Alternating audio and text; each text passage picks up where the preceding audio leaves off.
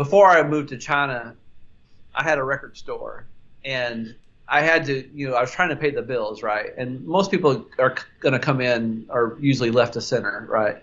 And I loved all of them, by the way. They're good people. I'm not just saying that from a politician kind of way, but I had to keep my mouth shut, because if I wanted to keep the business, I couldn't take sides one way or the other, and it was difficult.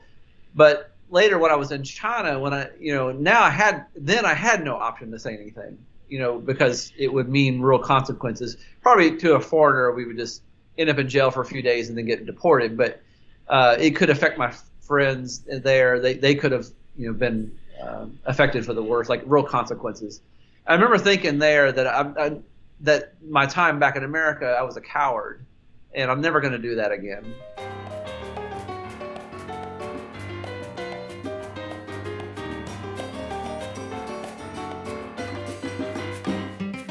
You are listening to or watching what I'm pretty sure will be the second released episode of the Liberated Podcast. I am Nick Jiménez. I am joined by guest, not only the second guest, but the first to do this remotely. We've got your face in front of me on a little screen, your face behind me on a big screen that you can't see right now. I would show you, but I'm afraid I would mess with some of these connections here and throw everything off.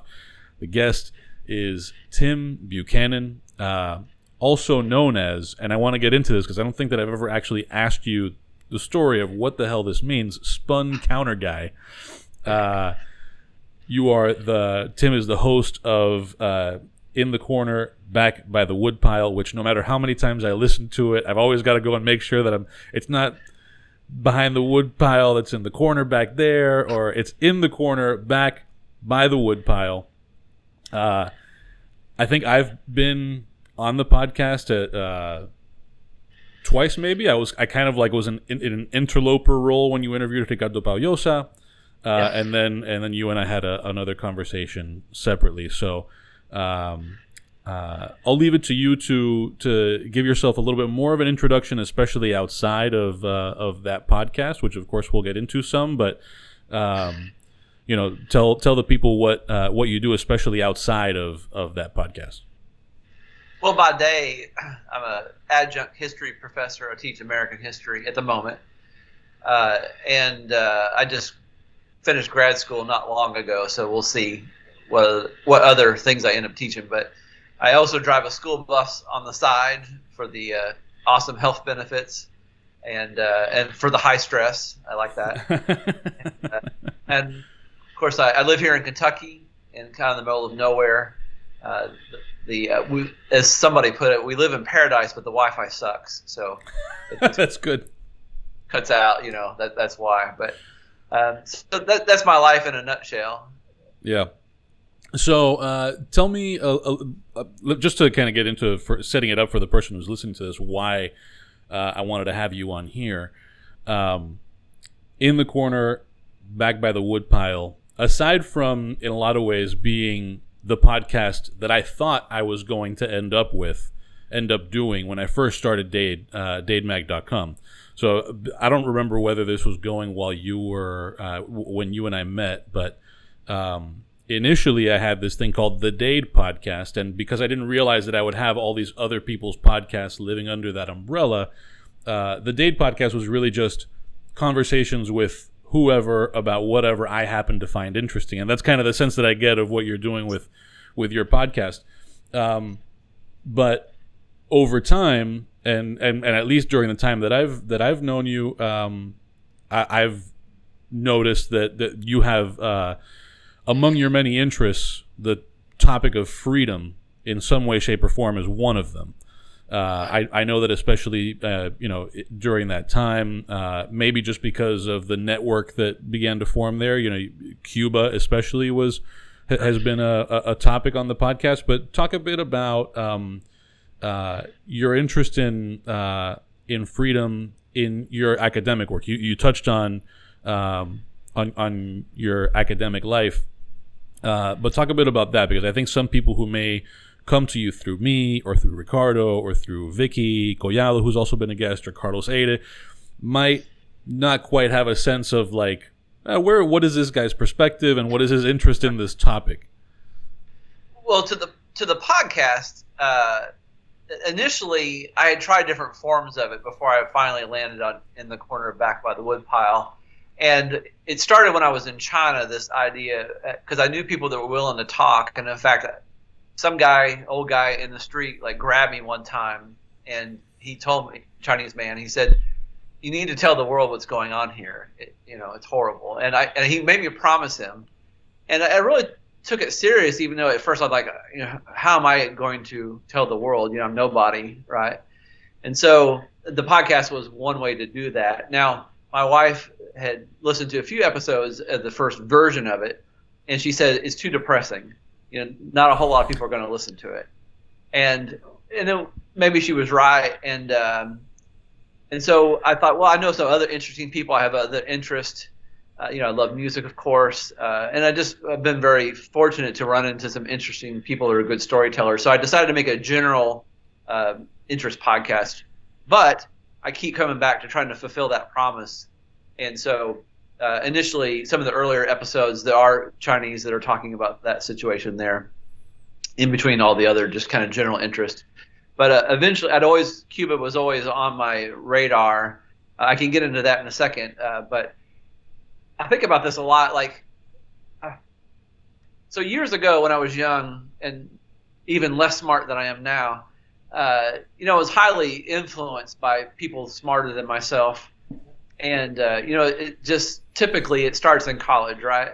You go to get smarter and you end up, become kind of indoctrinated by a few professors. And again, because I just didn't have the tools to push back. I didn't know any better, and they sell. A lot of them were on the left, of course, and they sold it very well. It also didn't help that I was listening to a lot of music that had that narrative. So because I had gotten into Bob Dylan, who had a short phase of being politically on the left, and maybe in a mild way always had that there, but his inspiration was Woody Guthrie, who was a member of the Communist Party in the United States. I mean, he was, a Stalinist in essence. There was other people, a Canadian guy by the name of Bruce Cockburn, made great music, but again was, on the left. And so I think I had this conflict in my head. I'm a Christian, and so you want to try to do the right thing, as they say. And so you had in that world you have Christians that are saying that Jesus would want socialism. He was a socialist, right? And then on the other side, of course, you have people saying, no, Jesus wanted liberty. You wanted you to have free will and all that. Anyway, so I think I've realized that I was talking to Vicky about this a little bit. I think this part of my psyche is I felt like for years I was duped, or I was trying to make all of this fit into one thing, that we could have liberty, but we could also have socialism that worked. And eventually, after living in China, especially, but I was starting to suspect that before that, it doesn't work. And I think that's been my mission, is to try to get as many stories out there, especially first-hand accounts if I can, because it's, as I teach my history class, I tell my students, I can tell you what so-and-so said, but I'm just going to give you the quote so you can decide for yourself, because I don't think I think everybody kind of resents being told what was done, what happened, or who said what. But if you give direct quotes, sure. And this is kind of my angle with the podcast. If I can get somebody who actually had a bad experience with whatever kind of oppression or lack of liberty, then I'll try to have them on. So, and my hope is someone may tune in to listen to one of the music episodes or whatever else, and they might say, I'll give these other episodes a listen. And on occasion, I do get a little bit of feedback. Like one guy I know who's a country music songwriter, he was in a meeting and somebody brought up Cuba, for example, and they spewed the usual kind of the Oliver Stone or Sean Penn version of Cuban history and politics. And this guy who had listened to my podcast and heard plenty of Cuban exiles, tell their version of things. He shut the meeting down in a way. I mean, he said, no, Cuba, and the embargo, and And so that every once in a while you get moments like that, and you think, okay, there is a purpose or there is some effect, although not by the millions or anything like that.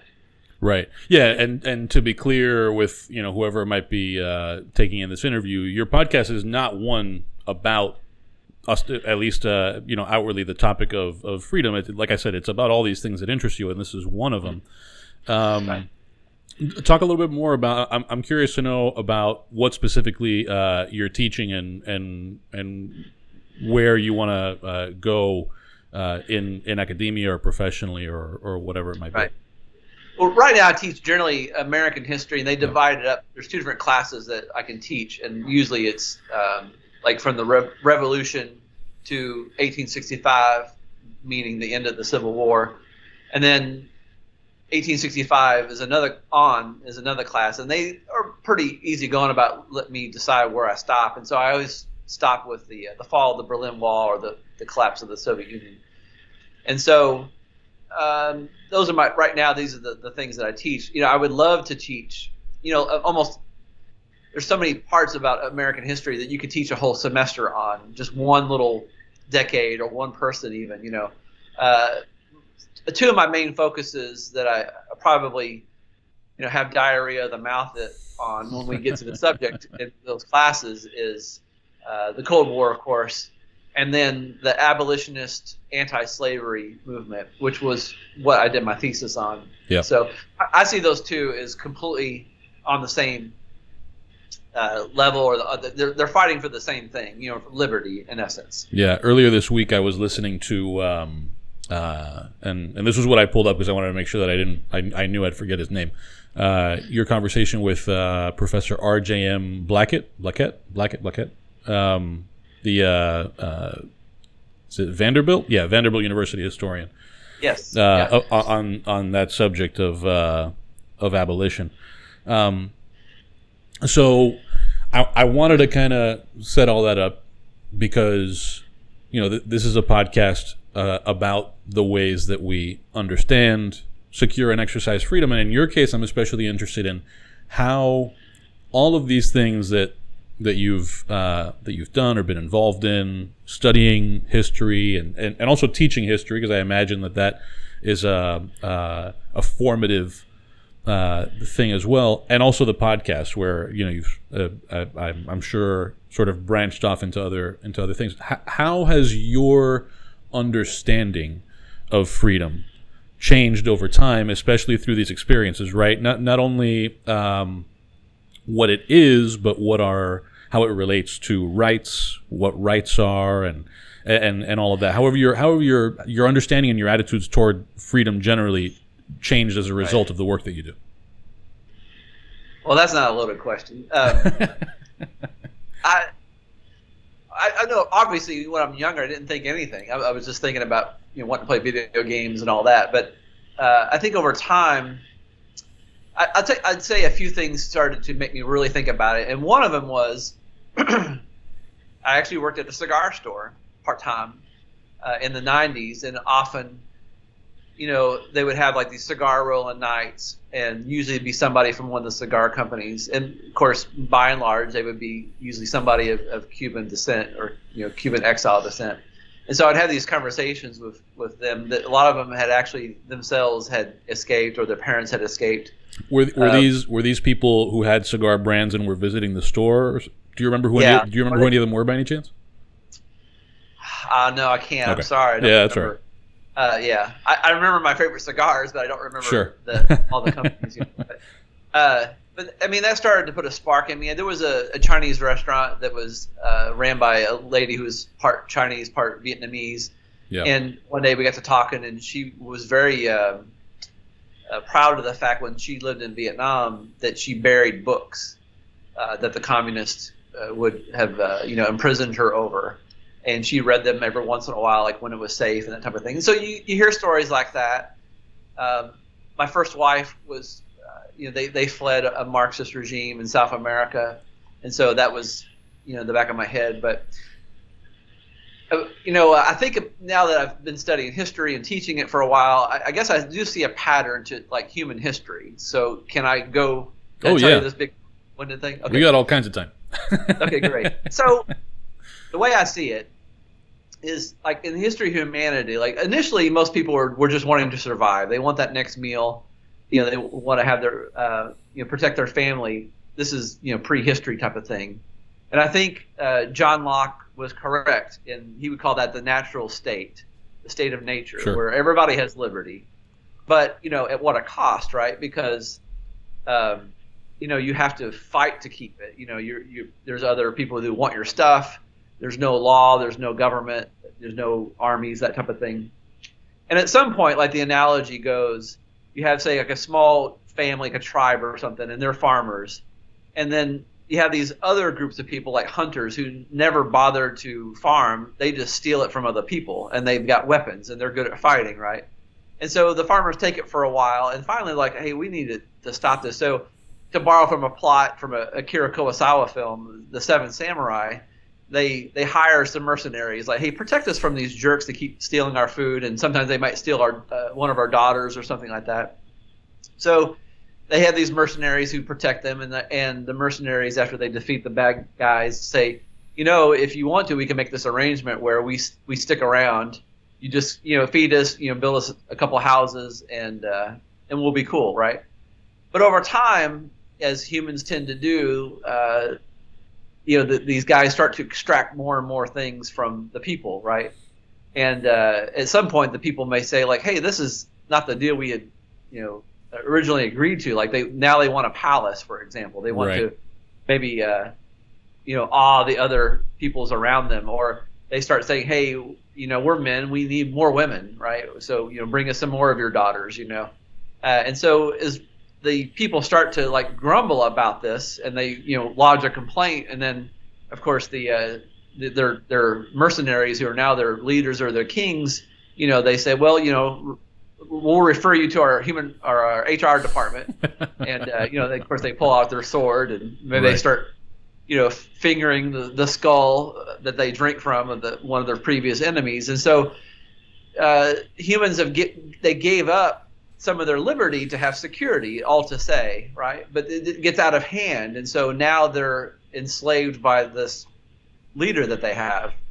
And this is basically how Locke saw all of civilization. And of course there's varying degrees on that, but you start to see in history where that idea gets chipped away at. Like maybe the kings, they shouldn't have all this power in spite of the fact that they provide security. So one thing that a lot of people point to is like the Magna Carta in England, where if you don't know that story, the king was out of money, and he makes a deal with some barons and some lords that they'll pay him taxes on a regular basis, but they'll have rights guaranteed, and that doesn't go all that smoothly. But you at least have this concept this first time. Eventually, the English Bill of Rights. Then America happens. So American colonists are sent over to this rough area.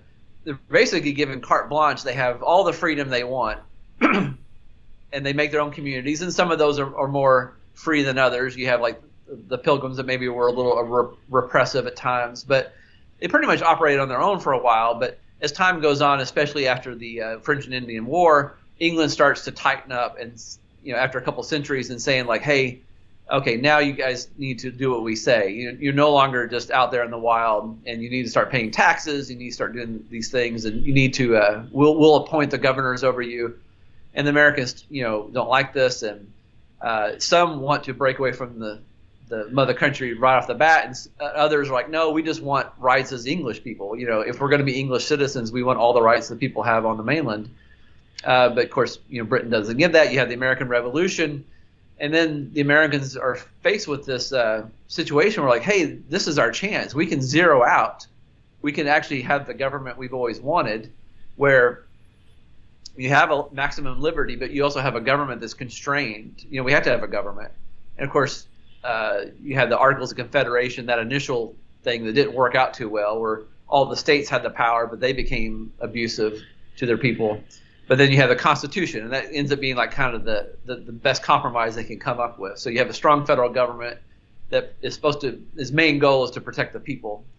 but then everything else is like you have the Bill of Rights that limits the government, so they can't just do anything they want. The only problem with that is you still have slavery. They weren't able to get rid of that, and there was a lot that tried, but the agreement is okay. We'll kick the can down the road. They did make some restrictions on it, and they got rid of the international slave trade within 20 years. Certain states were given the option, or all the states were given the options to deal with slavery, and about half of them do get rid of it.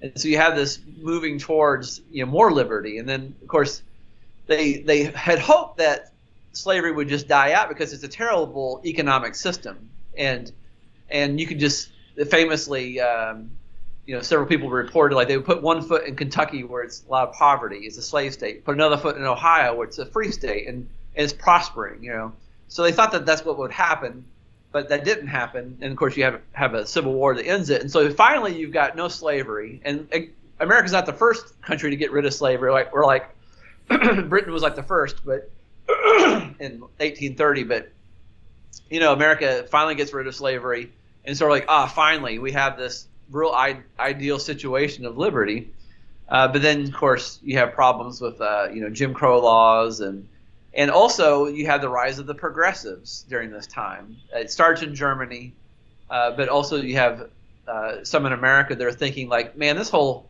thing about people having liberty is a bad idea. It's chaotic. A lot of people can't run their own lives. Why should they have the ability to vote for their government officials? And so they, it's really just like to me, it's like one of the most tragic things in human history. Like they start going back towards that system of control of where they're not advocating kingship, but they are advocating some kind of like somebody above everybody who's a better expert or knows better. Yeah, sort of a technocracy or something. Yeah, statism, you might say. Yeah. They're borrowing from Hegel and other German philosophers, and we never really get out of it. We're still having that struggle today. Between those who want autonomy over the individual lives and then the folks that know better. I'm sorry, I just realized I just went off on a tangent. No. That's the whole thing. Okay, but there will be a quiz at the end of this podcast. Oh man, I am not going to do well. I'm switching between water and scotch, so I'm going to be in bad shape. So where does that put you now, right? In terms of philosophically.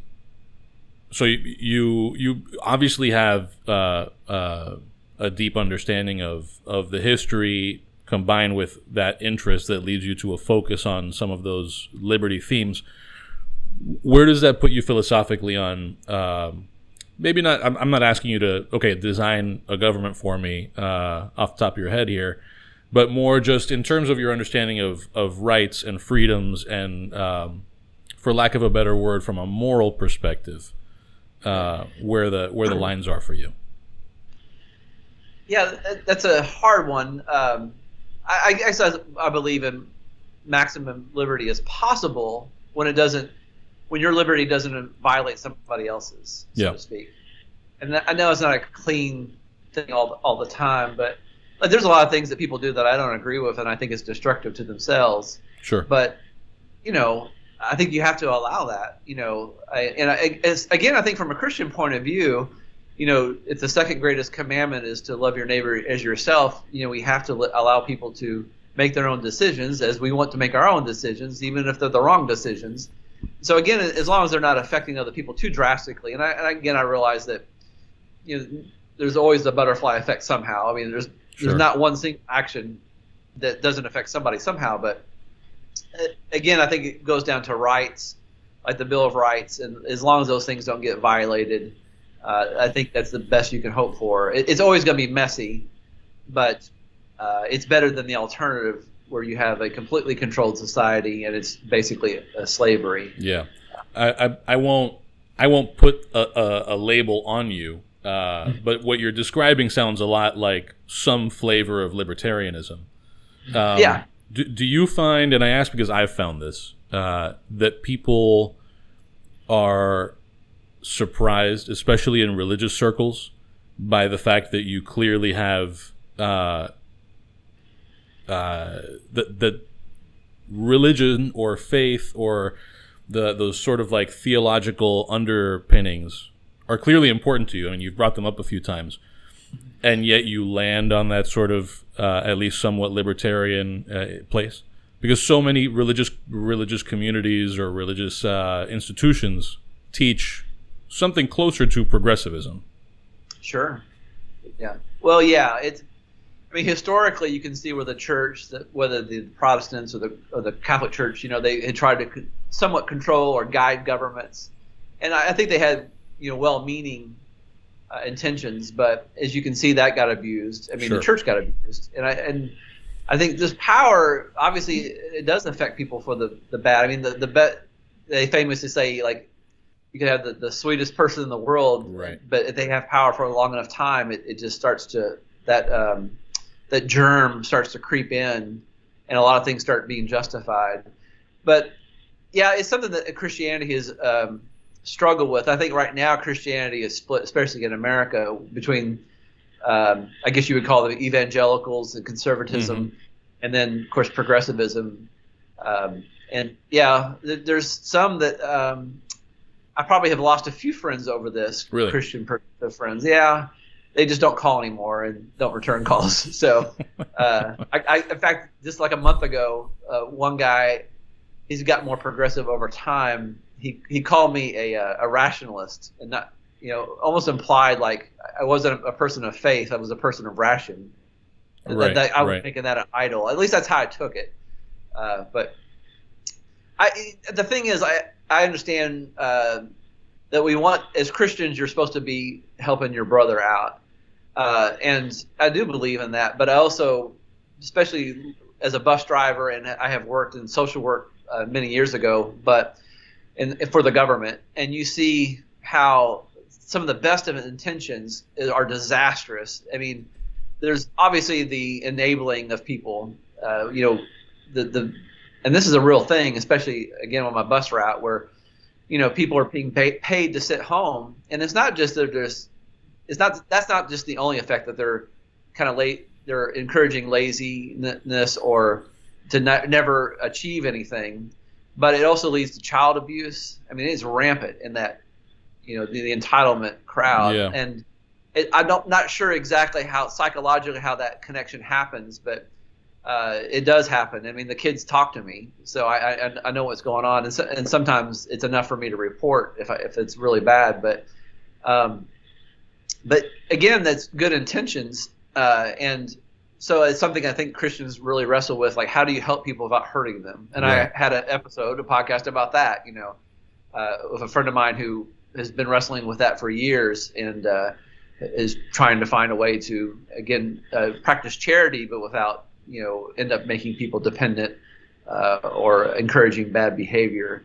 So I don't know if that actually answered your question, but I will say this with a lot of my progressive friends who they tend to have this romanticized idea of the poor, and I find that most of them have not spent a whole lot of time with them. What do you mean when you say romanticized?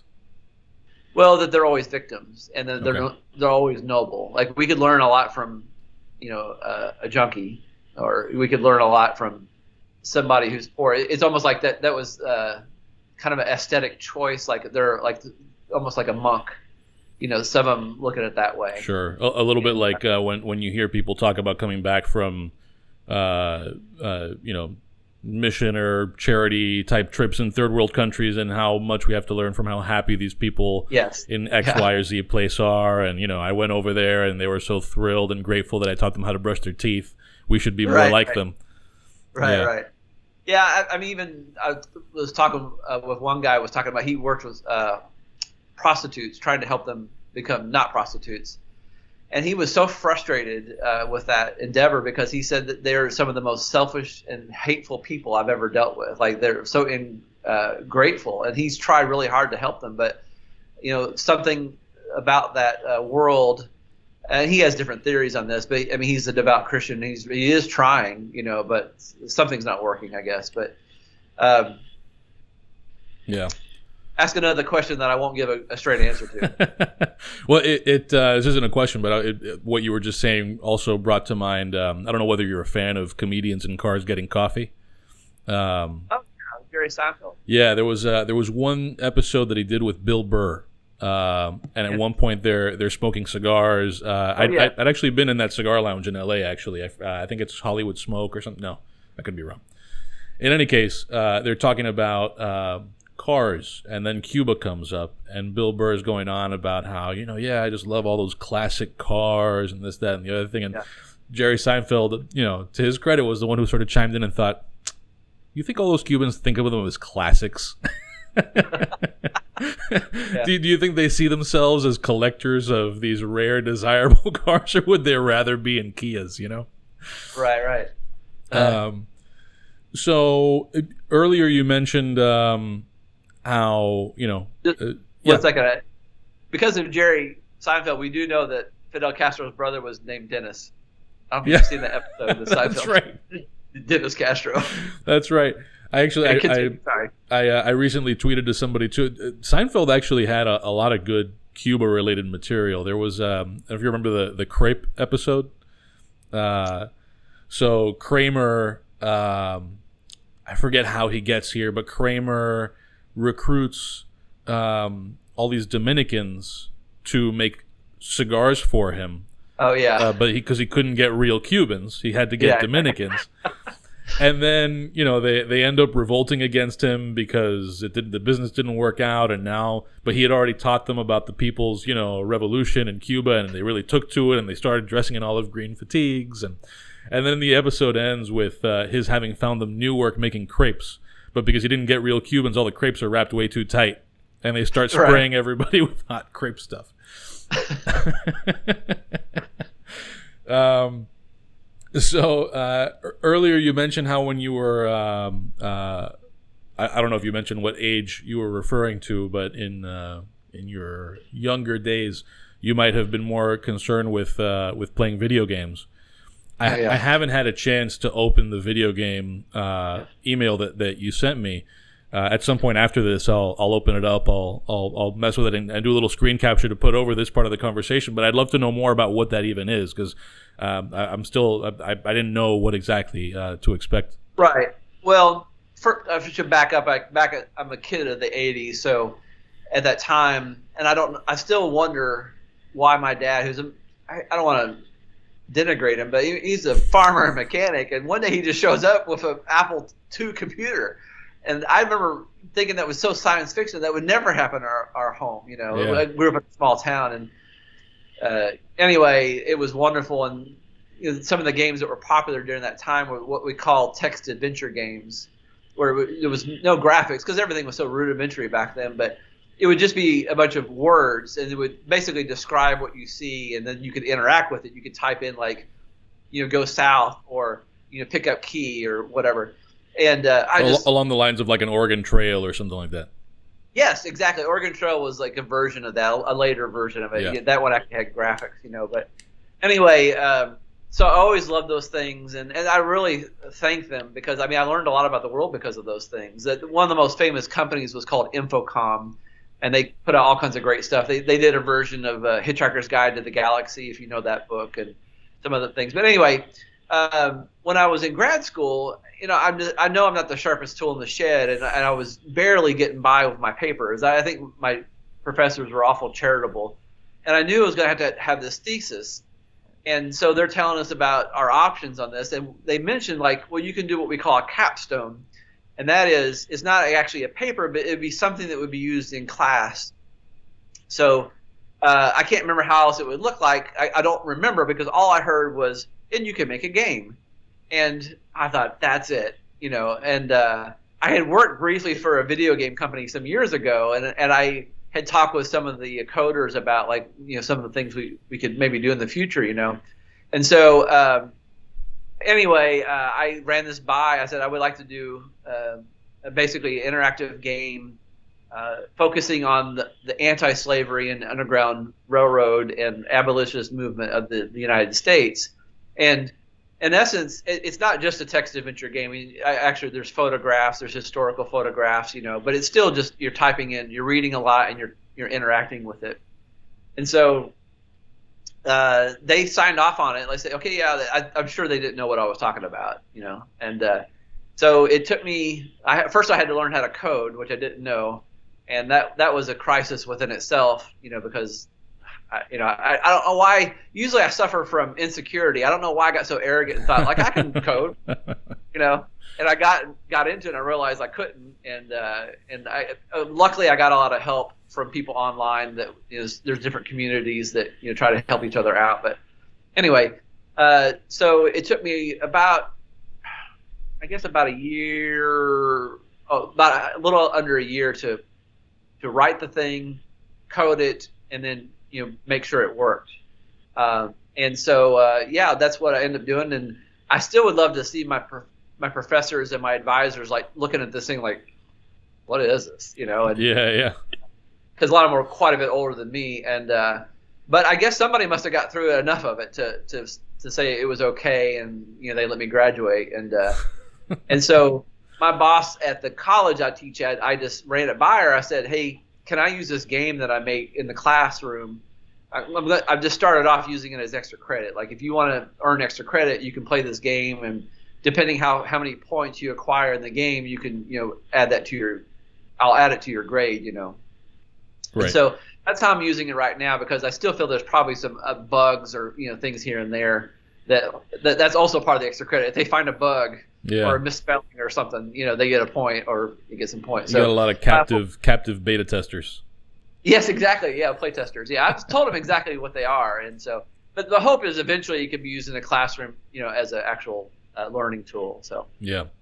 Going back to the podcast, we'll treat this as a semi-shameless plug opportunity here. Whether it's on the topic of freedom or not. Oh yeah, go ahead. Let me. I'm going to show you my bikini. Oh, that's good. This is. Sorry. Reference to early conversation. Yeah. Promoting yourself. As long as you have an inspirational quote to go with it. Yeah, it'll be on my left buttocks. Yeah.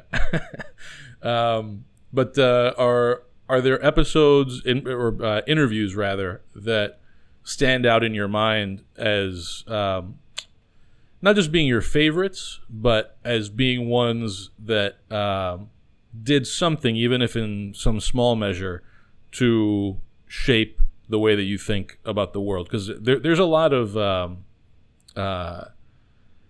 it's heavy, right? It's not a light podcast in a lot of ways. And I love it. That's totally my speed. But it's not the kind of thing that I'm gonna lay. Some people, I was gonna say I might do this, but I'm gonna just lay on a beach and listen to Carlos Haide go on about Reformation history. Well, I did do one episode on the wrestling stars of the '80s who recorded music. That wasn't all that deep. So sure. Next time you end up on a beach, you can listen to that one. You know what? Yeah, definitely. It's like being in a classroom. That's what's so great about having a podcast. Maybe now it's a little wore out. I saw a Babylon Bee article. It's like last man on earth who doesn't have a podcast has been located or something like that. But back when I started it, I'm sure when you started it, it was a new thing, and you still had to explain to people what it was. And so that kind of gets your foot in the door with a lot of people that maybe ordinarily wouldn't talk to some total stranger, right?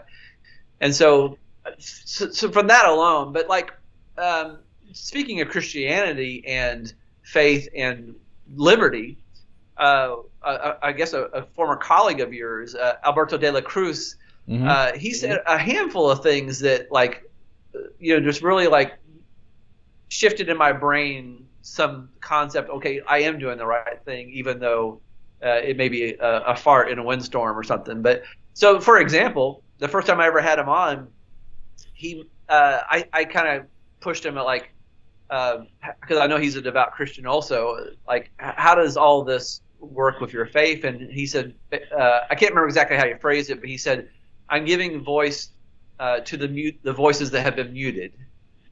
And I thought that was a great concept. And he related it to how Jesus said, if I was in prison and you visited me. I was hungry and you fed me. Like when you help the least of these, you're helping me.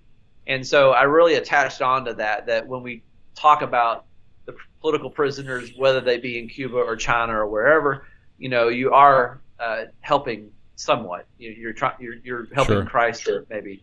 And so, that stuck with me. In fact, the last episode that I put up, I did with Vicky Criallo, and she mentioned something you had said, and that really struck me, and I attached onto it. Maybe it's something I've always wanted to believe, but you had said something to the effect that, because we all want to do something, and we don't want to be pretentious and be the problem when it comes to activism.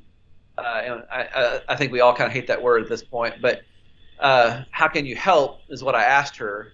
Normal people who may not have a lot of followers or have a lot of influence, and she was talking about how you had said, well, you do what you're good at, and somehow use that to help people. And Right. And so in her case it was art. She's a storyteller, and so she has used her platform to tell especially stories about the Cuban problem. And then there's musicians have influence. Obviously they influenced me for the bad at one point. So there's that. But that really struck me, and I've been thinking about this concept for a while as a history teacher. Am I doing God's will, right? Am I kingdom building, as the evangelicals like to say? And one thing that I'm not the first to have said this, but you look at the history of Israel. First of all, the name Israel means to wrestle with God, literally in Hebrew. So that already tells you what kind of folks you're dealing with here. That they have humility. They know that they're not perfect. If you read a lot of other world histories, they don't tell on themselves. They don't talk about a lot of their defeats or their corruption. I mean, living in China, we weren't allowed to talk about it. Like something maybe we had all just seen happen like the day before, like some police brutality or somebody disappearing or something. It never happened, right? And I think that's one thing is, if you look at the Old Testament from a historical point of view, it's the whole story is Israel telling on itself, like where they went wrong and where they disobeyed God. And I feel like as an American history teacher, that is my mission. That is my job. I need to highlight where we went wrong and what we did right also. And I think that there is a theme throughout our history. We've been wrestling with God. We've been wrestling with liberty, wrestling with where do you find that balance between personal autonomy and not oppressing others? Yeah. Foreign affairs. How do we help other countries without hurting them?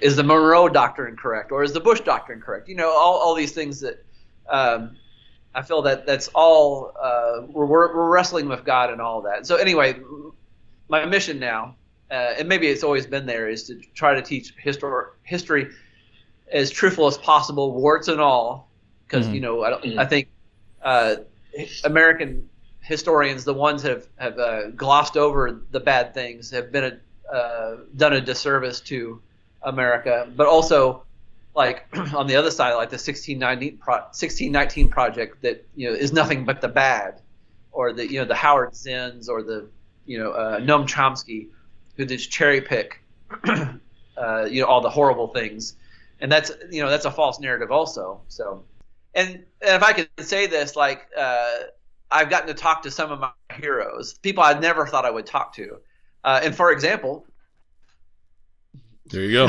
Yeah. Rosa Maria Paya was on, and I remember like the first 10 minutes I'm talking to her, I was like, I can't believe I'm talking to Rosa. I can't believe I'm talking to Rosa Maria Paya. And I mean, more people should know who she is. Oh, yeah. I was having this conversation with somebody else recently about our heroes. A lot of my heroes used to be musicians, and I still obviously love music and still admire those people for different reasons, but they're not on my wall, is my point. Yeah. And especially I have grandkids, I want them to understand who the real heroes are here. And she's one of them, and I'm so grateful that I got to talk to her at least once. So, yeah. And there's been other heroes I've gotten to talk with. Just to name a couple. Well, Carlos Ayer. Okay. Or you guys pronounce his name differently, probably correctly, but No, well, yeah, I guess it depends on what you mean by correctly. I think it's I think air is probably the correct Irish pronunciation. Then Cubans, of course, it becomes Ade. I'll interrupt you for just a moment on that topic. On one of my trips to Cuba, I think you and I have talked about this, but I went several times years and years ago. I had someone I was supposed to meet in a neighborhood called Lawton, Lawton. And I was driving around, and at least at the time, this would have been 2008. It was next to impossible to find like decent, wide maps of Havana that covered more than just the touristy area. And Lawton is not a place that tourists spend any time in. Very poor, sort of run down area of Havana. One of the neighborhoods that you see when people are showing examples of the darker side, no? And we were driving around, and part of the thing was that we didn't want to draw too much attention to ourselves as Cuban Americans because we were there to meet certain dissidents and what have you. So I made sure to try to pronounce it as if I didn't speak Spanish, and I would ask people where Lawton was, and Lawton and Lawton and Lawton. And the thing is that Cubans, what I learned, this was my first time there, were just too proud to admit they didn't know what you were talking about. So people would point me and they would just throw dice or a dart in their mind and like, that way. And they had us like driving around aimlessly for hours until finally it occurred to me, what if I asked somebody where Lawton is? And immediately, of course, everybody knew where Lawton was, but I had spent hours asking for pointless directions to Lawton. That's that was a problem in China, the giving a wrong answer as to not lose face. Yeah. That was a huge problem there. And you had to, I can't remember exactly, some other foreigners, as they called us, taught me how to get a correct answer or without them admitting they didn't know what they were talking about. Like, there was some trick to it, but they never want to lose face. And so, I had many experiences of going the wrong way or getting lost or, but it's also funny about pronunciation. Obviously the Mandarin is a difficult language to pronounce, and they use noises that we don't use. And so, for example, they kept talking about mountain is shan. Well, I thought it was shan. That's what it sounded like they were saying. Shan is how you would say it. But I would say something about going to the mountain, and they would just look at me like they had no idea what I was talking about. And there was another word I wanted to learn how to use was shadza, meaning idiot, right? But again, when I would say it, they would just look at me like I was an idiot. They didn't know what I was saying. I finally was watching them how they said it, and they put their tongue in the roof of their mouth. And so actually, shan and shadza. Okay. And once I learned that, then everybody understood me clear as a bell, even though to our Western ears, there is not a great deal of difference, Right. That's funny. Anyway, that also got me lost. Yeah. There was, I was in, this is my last little tangent story, but that story that you're telling, sorry, that's my dog howling at nothing. Petey, you gotta relax, bro. Petey's a celebrity on the, yeah. Petey is the most famous podcast hosting dog in Kendall. All right. And his voice usually sounds like Dr. Phil. It does, yeah. I was in Spain for a conference that was being hosted by the Partido Popular, which was Jose Maria Aznar's party. And he comes to mind as the person because it was like his, at least at the time, I think he was like the, figurehead of this program. But anyway, it was at least a couple of people from every Latin American country, and then Cuba being in the situation Cuba's in, they didn't actually have Cubans flying in from Cuba. They had me and another Cuban American. But we had like all these conferences and workshops and shit during the day, and then we'd all go out at night. And this one night we get back into the hotel, and this group of us that had gone out, sort of cross paths with another one of the participants in the conference, and they told us that we all smelled like boliche, which, and I had no idea how many different things boliche could mean depending on where you were in Latin America. And so, of course, here we've got like this, somebody from every country. And it was me, I think, an Argentine and a Mexican. And so the Mexican was thinking a bowling alley. The Argentine was thinking a nightclub, which was the right answer because I guess we all smelled like booze and cigarettes. And I was thinking pot roast. So, I was thinking bleach. Oh, no, boliche, Boliche. Okay. Yeah. But bowling alleys do have a certain smell. They do, yeah. I guess, yeah. It's probably harder to find one you can smoke in these days, but yeah. So going back to where you were talking about Vicky having brought me up in her conversation with you, she and I have had that conversation, I think, before and after your podcast with her.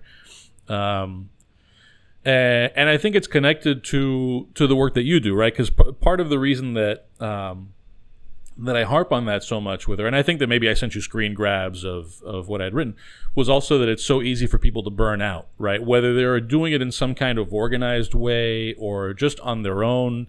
I'm certain that part of the reason why you are as many episodes deep into your podcast as you are is because you take something from it. Like you were saying, right? There's something enriching, there's something even sometimes exciting about the conversations that you're having that keeps you going, right? And if you're going to be of use to the world in that way, right? Like if you're going to continue to put it in those biblical terms, serve the least of these, right? You can only be expected to do that for so long before you're just exhausted. So if there's not something that's sort of filling that tank in the process, and I see so many organizations and causes and whatever, whether they're fighting for or advocating for liberty or whatever it might be, trying to sort of like stick all these square peg people in round holes, right? Like, I know you're an artist, but we really need somebody doing our bookkeeping. It's like, no, what are you talking about? This is going to last like a minute before people are just upset at each other. And you make a great point, and I think about this a lot, and I probably have said this on my podcast multiple times. Like, we all know the Holocaust was awful. Why do we know this? Well, partly the Nazis, they filmed everything like idiots, unlike the Soviets and the Chinese communists who, they buried everything that they did, all their crimes. But also, Steven Spielberg made, Schindler's List, and if you haven't seen it, go watch it. I'll never watch it again, but you need to watch it. And I think a lot of us are hoping that some artist like Spielberg or somebody else, some musician, somebody, makes the reality of what happens when you don't have liberty real to people, and they associate with art, like you have to give them a little bit of what they call it, not really sugar coating, but you have to give them a little bit of was a spoonful of sugar makes the medicine go down. Sure, yes. Yeah, you do need that a little bit. And my wife was right. People aren't going to listen to a lecture probably, but they might listen to a song that's about some issue, or they might watch a movie where they get a little bit of entertainment, but there is some point being made. And it's really encouraging because there was a time you couldn't hardly find any movies that talked about at least the atrocities of the Marxism or socialism. But you're starting to see them more, and the productions are getting better. Yeah. This is something that we also probably share with the Christian world. Most Christian movies were awful. They're getting better. They're starting to learn the technique and all that, and so are some of these films that are coming out. Like I think, for example, like A Bitter Winter, which is about the Ukrainian famine that Stalin engineered. And also Mr. Jones, which is about that same subject. But top-notch films. In Cuba, of course, Hitchcock made a film called Topaz. I don't know if you ever saw that. That's the only film I can think of for the longest time until like Andy Garcia got involved with like For Love or Country, and then was it Lost City and some other things. But anyway, I totally agree with you that more of that needs to be happening. But you got to find the balance between like how do you make something that people want to see, and it's got to be a little bit entertaining, but also not making light of the subject. Right. You know. Well, and even if it's entertainment, it's interesting that you bring up the Oscar Schindler or Schindler's List example, right? There is, of course, that Spielberg. That's what he brings to the table. It also, I'm sure, was a massive commercial success. Yeah. Which matters. I mean, people don't want to accept. I think everybody wants everything to be this sort of like totally benevolent. I get nothing from. But that doesn't do anything for anybody. It's really. Right. But even the story itself, I think that there's is its own kind of example where Schindler.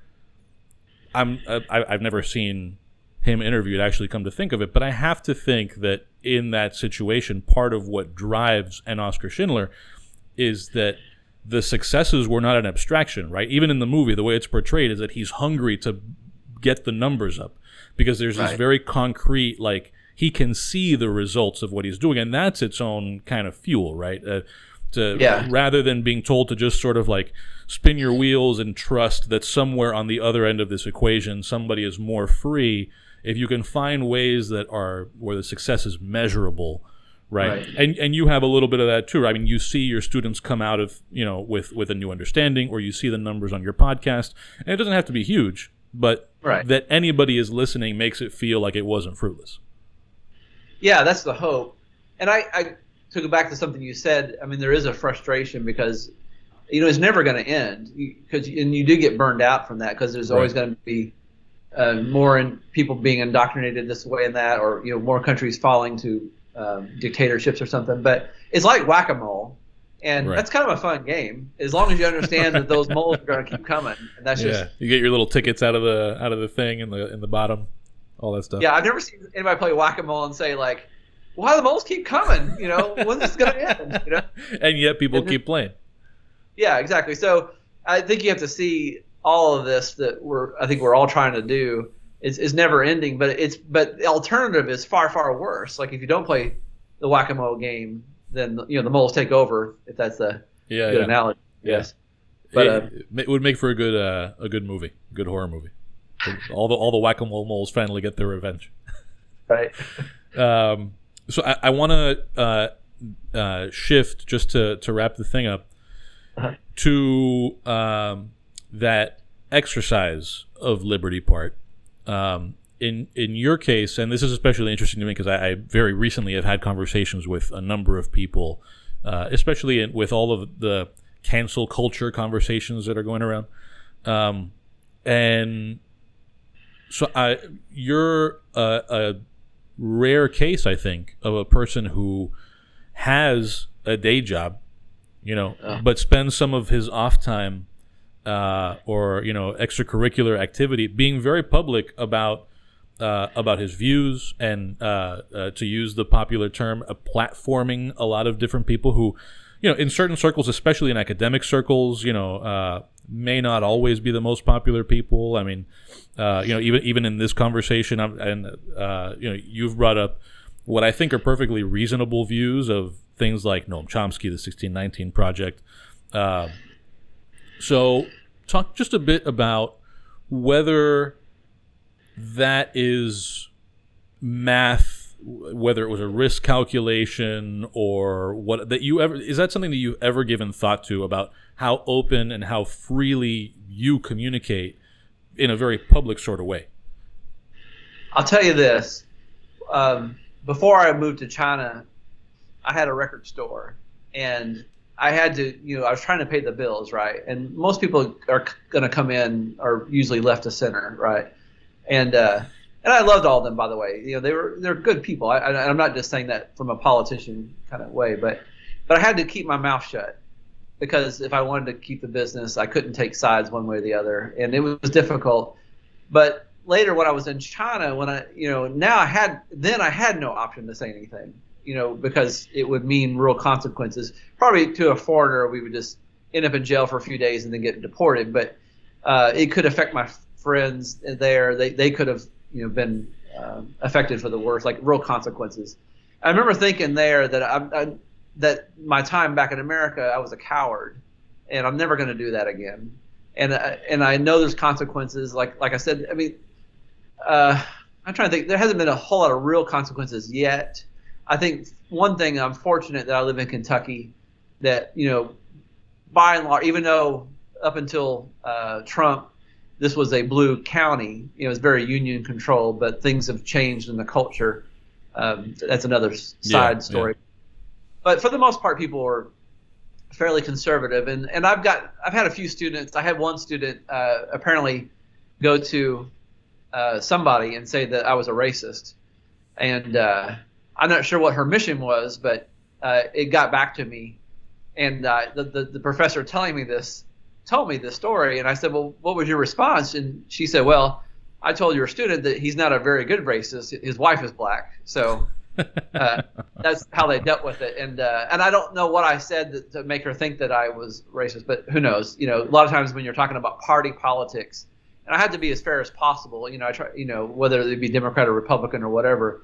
And sometimes, you know, history is not pretty, but all to say that I'm sure I've lost friends. I know I have, and that's about the extent of it. And I'm lucky I'm at a college that we even have liberal professors there too, but nobody's messing with them. Nobody's messing with the conservatives. Nobody's messing with the liberals. We have academic freedom so far, and so in that respect, I'm okay. But I know that it's inevitable. Something's going to happen, you know. But I'm so ashamed of those years I never said anything about probably a lot of things that I should have, you know. And it's one way of trying to make up for it, I guess. And, you know, I've been a maintenance man, you know, I've dug ditches, you know, and if I have to go back to that, as long as I have my school loans paid off by then, it's okay. Right. You know, because that's okay. And yeah, that's my answer. Got it. So I've kept you here for about an hour plus the time that we were trying to resolve some technical issues. So my wife's piece of furniture was being delivered to the house. And so. That's I totally get that. That's got to take priority. So before we shift to just plugging stuff and all that, I want to note on that topic we were just on. Earlier today, when I was walking PD, I was listening to In the Corner back by the Woodpile 246, which is Orientation to the Revolution. Oh, which was a good time. My treatise. Yeah. So I would recommend that. I'll read the description here in case somebody needs to be sold on it. But again, this was published July 19th of 2021. If you fancy yourself a revolutionary, we've got a nice primer and introduction to the path you've set out on. You'll get to hear about your heroes, including Che Guevara, Fidel, and Raul Castro, Joseph Stalin, Leon Trotsky, Chairman Mao, Peng Dehuai, Huey Newton, Maximilian Robespierre, Antifa, Black Lives Matter, and so much more. I love the "and so much more." That's great. So yeah, I thought I envisioned that. Yeah, that was part. That was part of why I had that question for you, because I was listening to this and I thought, I mean, none of this is crazy, and I know that there are people crazy enough to think it's crazy, and I wondered whether that would cause some friction for you. Well, I talk a little bit about that in my classes, like we talk about the Black Panthers, and I try to, you know, things were bad for blacks in, was it Los Angeles or Oakland, California? Yeah. And so, you know, you see their initial goals was like a self-defense thing, and they were, you know, feeding children with like breakfast programs, people in poverty. So they had good intentions, but the unfortunate thing was, you know, they were Marxists. They were actually more Maoist. They were big fans of Chairman Mao, and it just becomes a very cannibalistic thing by the time it's over with. You know, some of the original founders are, you know, either executed or they disappear, and I started to notice that pattern. If you look at obviously with the Castro brothers, you know, look at all the initial heroes who eventually they end up being trotted out on a fake trial on national Cuban TV, and you know they were heroes one day, and now that they're traitors to the revolution. And same happened in the Soviet Union and China. Everywhere it happened, everywhere it's tried, that happens. And I'm sure a psychologist or somebody like that could really dig in there and find out why that is. But yeah, I envisioned that as kind of like a funny pamphlet that you would see, like, okay, welcome to the revolution. Here's right. Here's what's going to happen. You know, beware. Yeah. But I did try to say it out of compassion too, because I like I said, I have a lot of dear friends on the left, and I know they mean well, and I was among them too, so I can't say that I'm above all this. But sometimes there's real consequences, the cannibalism particularly, that try to make people think about that. Yeah. You know, how do you avoid the animal farm effect? Right. So I'll leave it there. I'm sure this will not be the last time that I ask you to do this. But let's wrap with just letting people know where they can find you and all your stuff, anything you want to plug and recommend and all the rest of it. Well, I chose the name In the Corner Back by the Woodpile because these days with the internet, as my dad says, like everybody has a band by any name you can imagine. Like again, from his view as a mechanic, he would try to look up some kind of a chemical for his business, and he would find there would be some band named after that chemical. But so I was trying to find a name that had not been used, and so that's why it's so long and wordy. But as far as I know, there's nobody else named that. So if you do a search of that, you'll find it on, iTunes or Stitcher or wherever. And I guess that's what I'll plug. You can find me on Instagram. That's usually the one I'm more active in. Yeah. Did we get into where Spun Counterguy came from? No, we didn't. My record store was called Spun Records. Okay. Because meaning it was used, right? And people kept calling me the counter guy because I was always behind the counter. Like people didn't know my real name. And one day I wanted to be a DJ real bad, and I had done some parties and different things, and a club had asked me, "Hey, can you cover this gig we have?" And they said, "What's your DJ name?"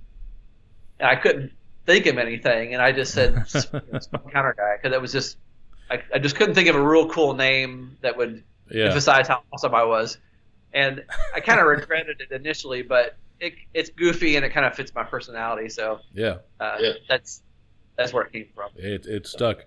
When next time you're in Miami, we'll assuming they're open by then. So Mike Beltran, who hosts Spun Podcast, is will be opening in Coconut Grove a place called Scoop Records, and it's going to be vinyls and ice cream. Oh, awesome! Yeah, so you'll get a kick out of that. Yeah. With that, people can find us. This is the Liberated Podcast. It's dademag.com/liberated. You can also give us all your money at patreon.com/dademag. That's DADEMAG, where you'll get exclusive content from all of the stuff that we do, all the different podcasts and all the rest. Sometimes early access to stuff, sometimes perks in the mail.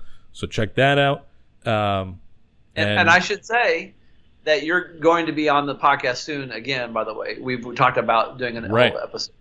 So yeah. So, I mean, I'll subscribe if people haven't heard enough of you yet. Yeah, exactly. Yeah, between this and all the times that I'm talking nonsense on Buncombe Podcast, and it's just a matter of time before Petey has a podcast.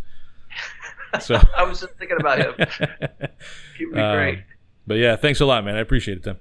Thank you for having me. I appreciate it. Thanks for your patience. No, please. Patience. Grow Joe Biden here. Thanks for your patience. Right? Is that what he says? No. I think he's ended.